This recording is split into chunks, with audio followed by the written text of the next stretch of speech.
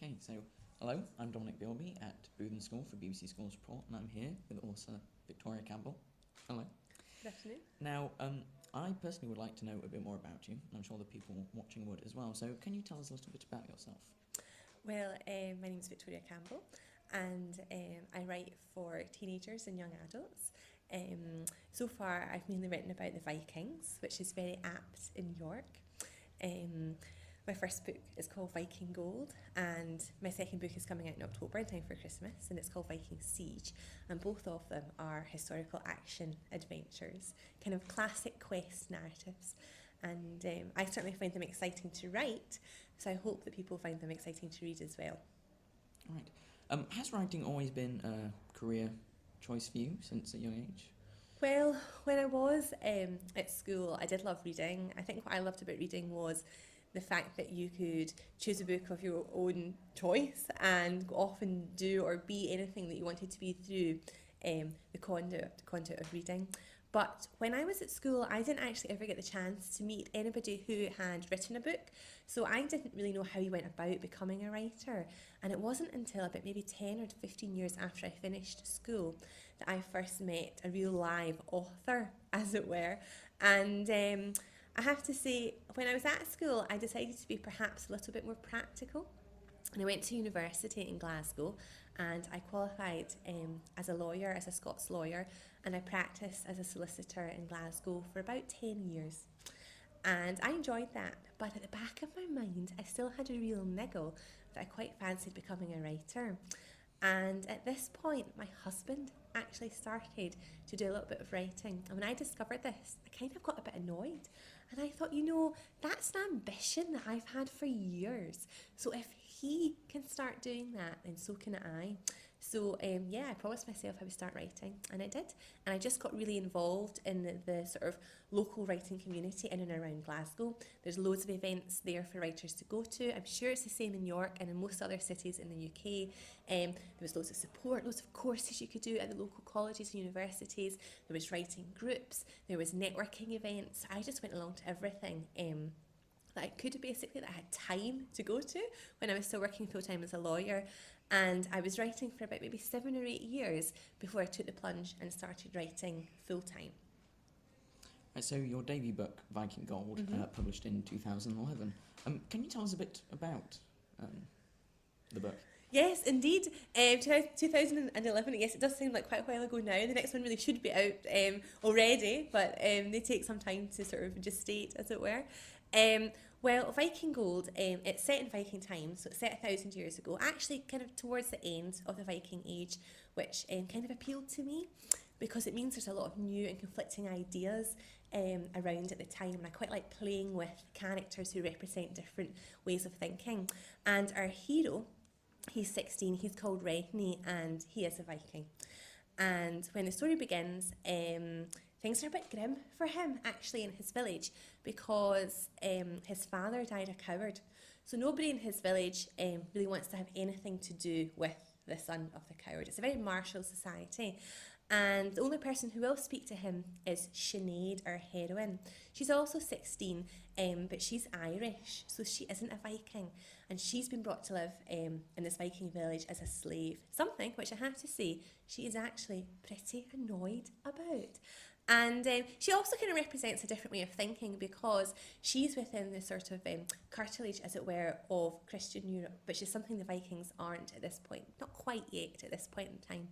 And so she's been exposed to things that perhaps some of the Vikings haven't. So, for instance, she can read. And she's seen books before. This idea of an actual book is not something that the Vikings would necessarily have been familiar with, certainly not books written in Latin, though the Vikings would have had their own runes at this early point. But she kind of represents this sort of modernity or the new way of doing things, a new way of thinking. And Regni and Sinead, they discover an old book, and this book talks about a great land far to the west filled with treasure, and that is really the catalyst for them to go on their quest and to find this land, which may or may not be modern day America, but I couldn't say. Right, so you said in October the next book in the series is coming out, Viking Siege. Can you give us any sort of peeks about what is in the book? Yes, definitely. So Viking Siege involves some of the same characters. It certainly involves Rethni and Sinead. But whereas the first book in the series is set in Norway and across the North Atlantic on their way to what may be America, the second book is set in Normandy in northwestern France. And I was quite intrigued to discover that the word Normandy actually means Northman, or is a derivative thereof. And so Normandy is actually a Viking settlement, kind of pushing the Frankish people out of that area. And Normandy is also one of the first places, certainly France anyway, and also Normandy, they're one of the first places to have what we would recognise as castles. So I thought this is quite interesting, and this is another kind of changing point in time when people start to build these castles. And so it's all about the siege of an early castle, and our hero, Rethni, he's having to defend this castle. And it gets a bit complicated about who's on whose side, but Sinead, our heroine, she's been promised, she said she will marry the owner of this castle, but in fact our hero has discovered that he's a bit of a nasty piece of work and would really prefer it that Sinead weren't to marry him and perhaps, would notice him instead. So it's a kind of...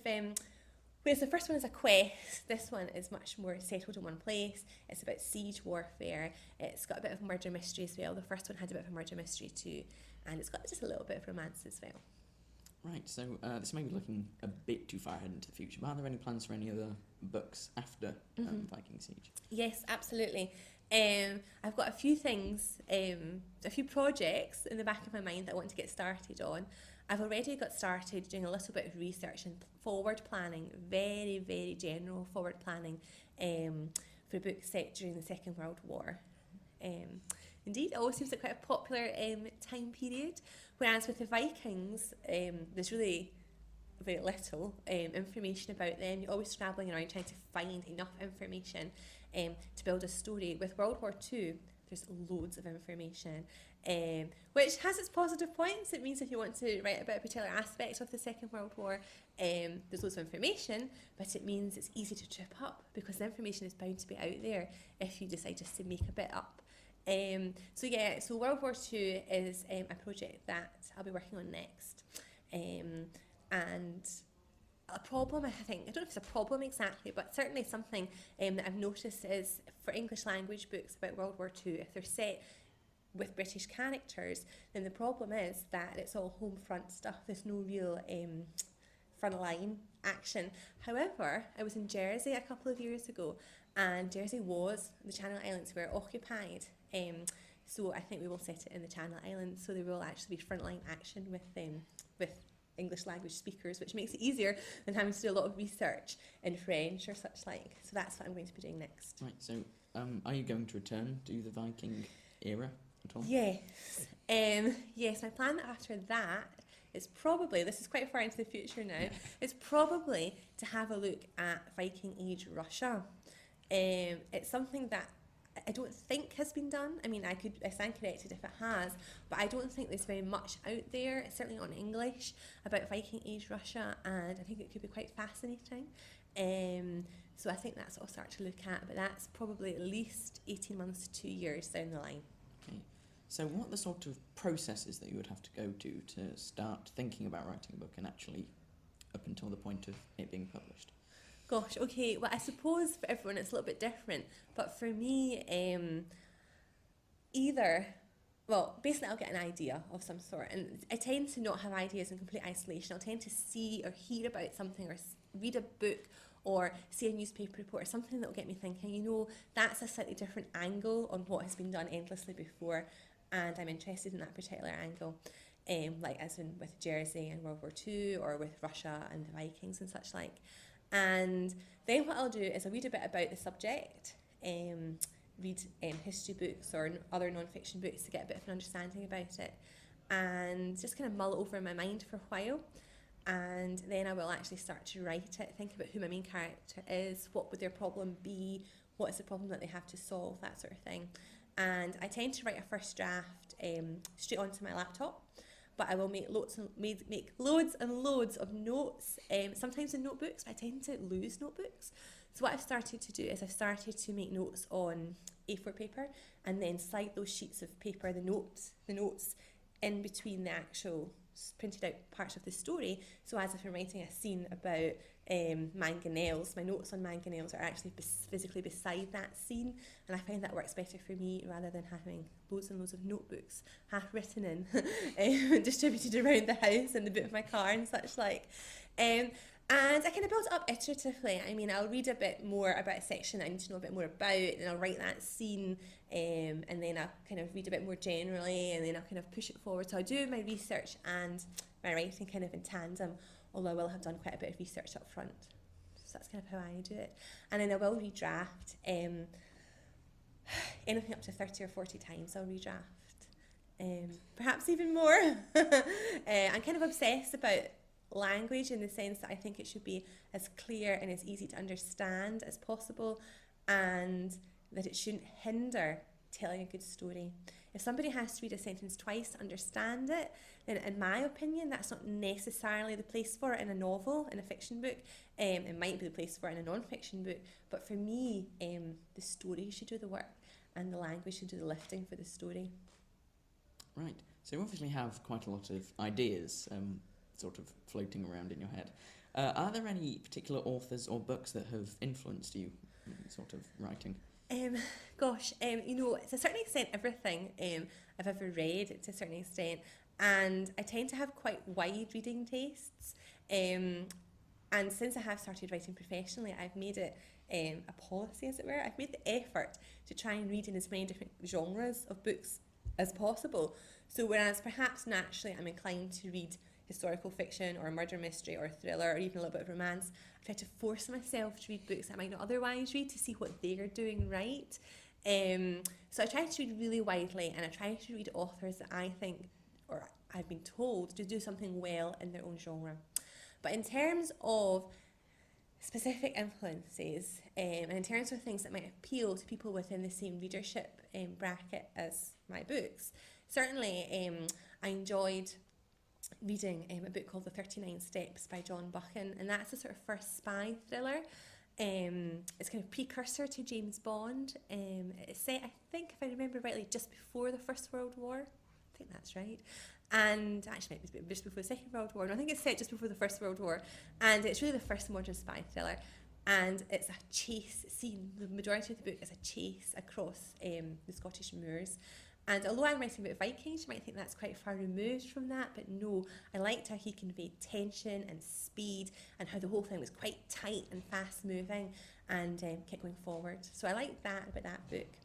And another book that I read when I was sort of about maybe 13, 14 was called The Scarlet Pimpernel by Baroness Orczy, and that's actually a whole series of books, and there's loads of movies based around this book. So if people haven't read the book, quite often they'll have seen at least one of the movies or the TV programmes. Now what I liked about that is it's set during the French Revolution, and it's about an English aristocrat who rescues French aristocrats from the guillotine, and it's exciting, and it's the characters are all very debonair, there's a bit of romance, there's lots of peril, there's lots of secrets. Each character has a secret, and although I'm writing again about Vikings and it's not the French Revolution, I love characters that have secrets and ulterior motives, and I love characters that have difficult questions to answer. And the main female character in that book, she has done something in the past that she's not pleased about, she's not proud of, and she has a real moral quandary. And I love it when characters have a quandary that's not immediately obvious from the start of the book. That's a real swashbuckling adventure that would appeal to both boys and girls, I think. Right, so finally, what tips would you give to people who are thinking about starting to write books or trying to get the books published? Okay, well, I think there's a few stages to this, definitely. I would say keep reading, read loads, read intelligently as well. Read for enjoyment, but then think after you finish the book, what did that author do well? What did they not do so well? What would you do differently? Actually analyse what you've read. I'm not saying sit down and write an essay about it, but just ponder for a few minutes. Did you like it? Why did you like it? So read intelligently, read with discernment, as it were, but read lots of different kinds of books. Challenge yourself to read books that you might not always read, which is what I've been trying to do over the last few years. I would also suggest writing loads. I know that some of the students here are taking part in the Radio 2 writing competition. So I think that's a great thing to do. Just get writing. I think that you learn through doing a lot of the time, and also there's a lot of really good books out there giving advice on writing. Sometimes their advice has to be taken with a pinch of salt, but sometimes it's really good. I would certainly recommend a book called On Writing by Stephen King, the horror writer, the American horror writer. His book is very easy to digest and it's semi-autobiographical, so you get to know a bit more about him. I would also suggest, when it's appropriate, to go along to any courses or activities that are put on for young people in relation to writing.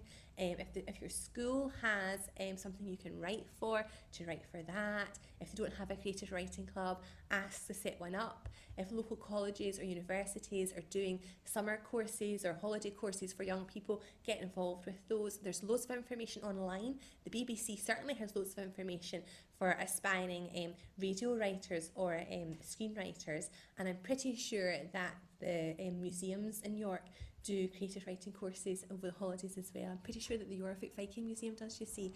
So look out for all the opportunities that are. Get completely absorbed in the culture of writing, and so you know all about it, what's happening. Subscribe to any magazines on creative writing. There's quite a few. And but most of all, keep writing and take opportunities to actually edit your work and get it published in your school magazines, school newspapers, competitions, etc. Right. Well, thank you, Victoria Campbell, for being with us today. And I've been Dominic Bilby, and this has been BBC Schools Report at Bootham.